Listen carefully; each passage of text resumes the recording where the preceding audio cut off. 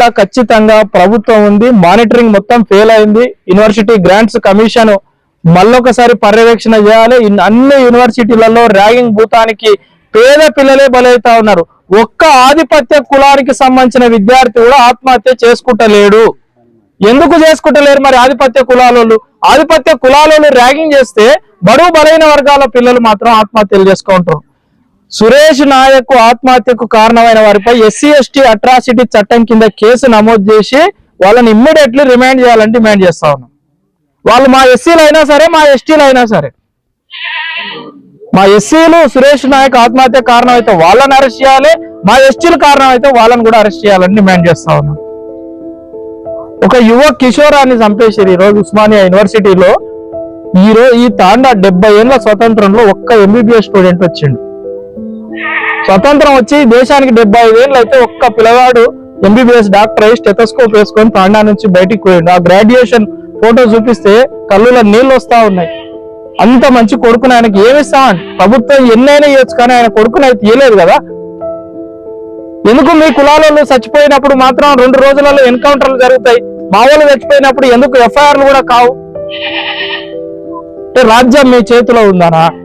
తప్పకుండా దీనిపైన బహుజన్ సమాజ్ పార్టీ ఆధ్వర్యంలో కలిసి వచ్చే అన్ని సంఘాలను, కలిసి వచ్చే అన్ని పార్టీలను అందరినీ కలుపుకొని జడ్చర్ల వేదికగా, హైదరాబాద్ వేదికగా సురేష్ నాయక్ చట్టం వచ్చే వరకు పోరాడతాం. మేము సురేష్ నాయక్ పేరు మీద ఒక చట్టం రావాలి. ఈ దేశంలో ఉన్న అన్ని యూనివర్సిటీలలో కుల వివక్ష తగ్గాలని పోరాటం చేస్తాం. మేము MBBS డాక్టర్లు కావద్దా అండి? మేము PGలు చదువుకోవద్దా? మీరు ఇంకా లక్షలు పోసి మీకు చదువు రాక మీరు సీట్లు కొనుక్కుంటారండి. మీకు చదువు రాక వేరే దేశాలకు పోయి చదువుకుంటారు, మీకు చదువు రాక లక్షలు పోసుకుంటా ఉన్నారు. ఈ చిన్న తాండాలో సెల్ టవర్ కూడా రాని తాండాలకు వెళ్ళి వచ్చి మేము పుస్తకాలను చదువుకొని డాక్టర్లు అవుతున్నాం. చదువురాని మీరు ఫ్రీ సీట్ అంటే ఎట్లా? మమ్మల్ని మేము MBBS పాస్ అయినప్పుడు చదువు వచ్చిందా రాదు తెలుసుగా. మేము ఎగ్జామ్ రాసినప్పుడు PG ఎంట్రన్స్ ఎగ్జామ్ రాసినప్పుడు మాకు చదువు వచ్చిందా రాదు గవర్నమెంట్ డిసైడ్ చేసింది కదా. ఇది కేవలం ప్రభుత్వ హత్య. నిన్న హాస్పిటల్ దగ్గర కూడా కుటుంబ సభ్యులను ఇబ్బంది పెట్టిన పోలీస్ మిత్రులకు ఒకటే చెప్తా ఉన్నాం. మొన్ననే తమిళనాడులో ఏం జరిగిందో మీరు చూసారు. 9 మంది పోలీసులకు ఆ యావజ్జీవ శిక్ష కాదు, ఉరి శిక్షనే వేసింది తమిళనాడు కోర్టు.